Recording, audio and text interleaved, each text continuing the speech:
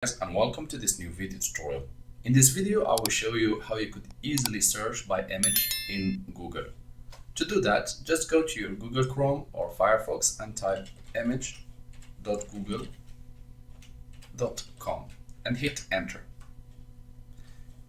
You will be directed to this page. Click on the search by image.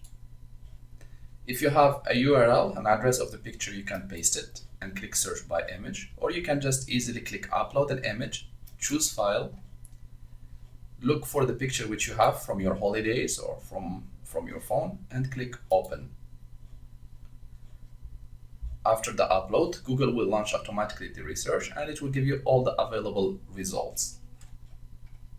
If you want to do another research, all what you need to do is click on this clear, or you can just click on search by image, again upload image, and check for a second picture and click open, and the search will be loaded again. I hope this video tutorial is helpful to you guys. If you are facing any issues or still need help, you can always leave us a comment or send us an email and we'll do our best to help you. If you would like to encourage us to produce more video tutorials, please press like, share, and do not forget to subscribe to get our latest videos. Thank you for watching and talk to you soon in a new video tutorial.